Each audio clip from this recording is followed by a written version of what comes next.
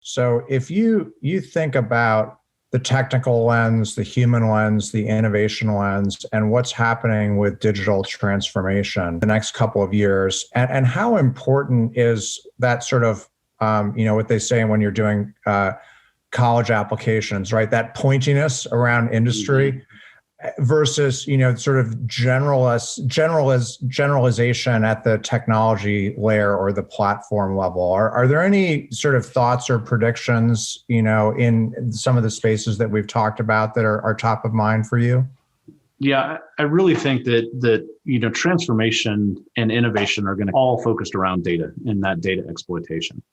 But it's not going to look anything like it does today, right? There's an entire paradigm of people that has to change in those sectors in order to bring about the innovation that has already been embraced and is evolving in other vertical industries. Part of that is just simply the regulation of healthcare and life sciences.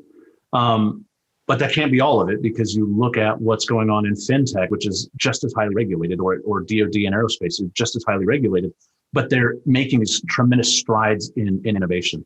So I think what's going to happen over the next couple of years is that we are going to see a mind shift as people move into retirement, and people who are now growing up with this technology of cloud and IoT and AI, they bring that early adoption or that ease of embracement to the innovation lands. We're going to see tremendous strides being taken in the augmentation of people and in the augmentation of decision making when there is too much data to consider. Mm-hmm. We talk a lot about, exploiting all of the data within healthcare, or all of the data within life sciences. Well, that's great. But the next step and the next phase is then to bring in all of the other data from outside of your own little fiefdom and your own little ecosystem, so that you can look at things that you could never look at before. And that transformation of technology, but in a mindset from the people's perspective, it's only exists in pockets. And so adoption of this kind of ubiquitous 360-degree view of patient, provider, consumer, system, whatever you want to demarket, that is going to be the next drive, is to form up this complete continuum of knowledge about an entity that we can then exploit in any number of ways, whether it's precision medicine, leveraging genomics, or it's in population medicine and understanding risk factors that then impact the work that's being done on the precision front, in healthcare. All of those things, bringing all of those pieces together with real-time streaming information and real-time sensing and distributed care models is really going to transform that industry. But it's got to start with the mindset changing to evolve into, people who are ready to consume that and make those transformational changes. Interesting. I mean, I have just an observation that I'll share, and I have a life sciences background as well on the manufacturing side. So I've spent a few years in the industry. One of the things, and this is kind of I'll say a U.S. centric comment, but that's sort of the context of the discussion. So life sciences has got regulatory firewalls, as you point out. But then you look at financial services, and you're like, yeah, they have the same thing.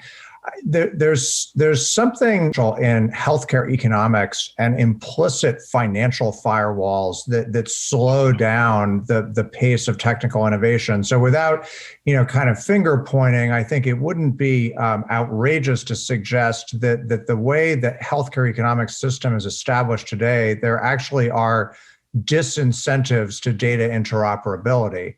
And then that's one observation. So the second observation I agree with, which is that then if you go back to, sort of the classic IEOR in healthcare, the only thing I can staple myself to is myself.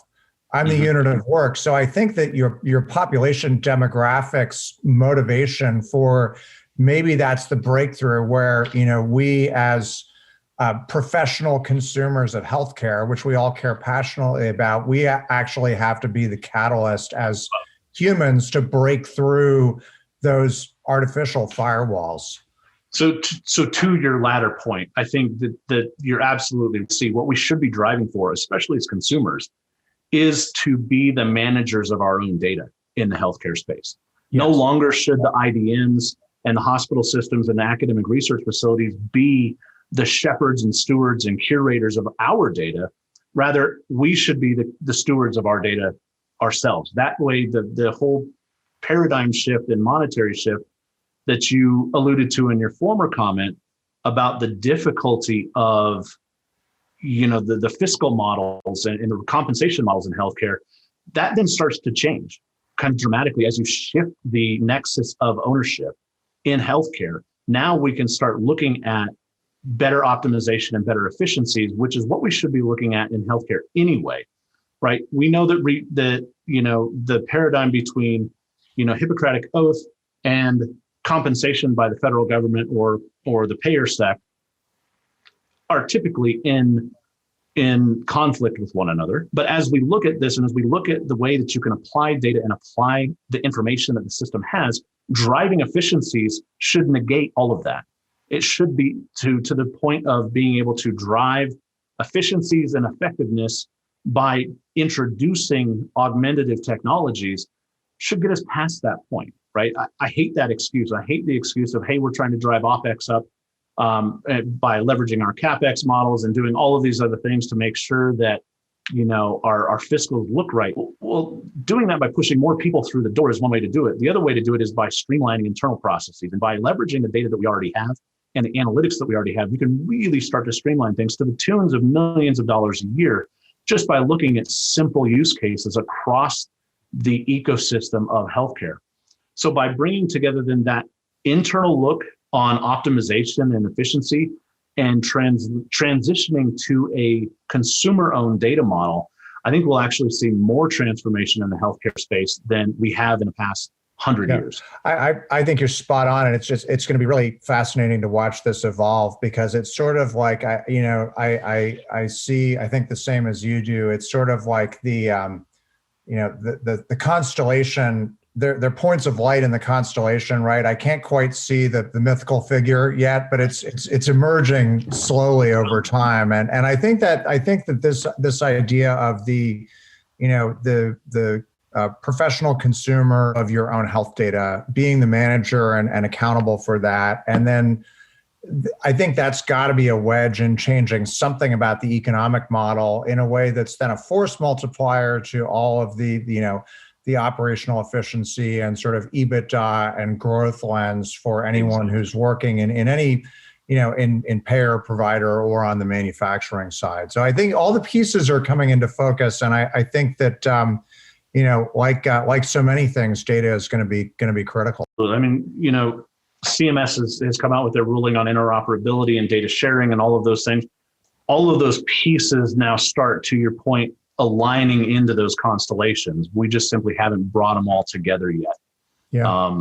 But I think that's on the horizon for the next decade. Yeah, absolutely. Well, I think that's a great place for us to wrap up.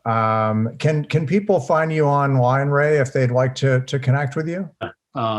I don't know what you want to call it, not a Luddite, but I typically keep myself to LinkedIn. You can reach me on LinkedIn.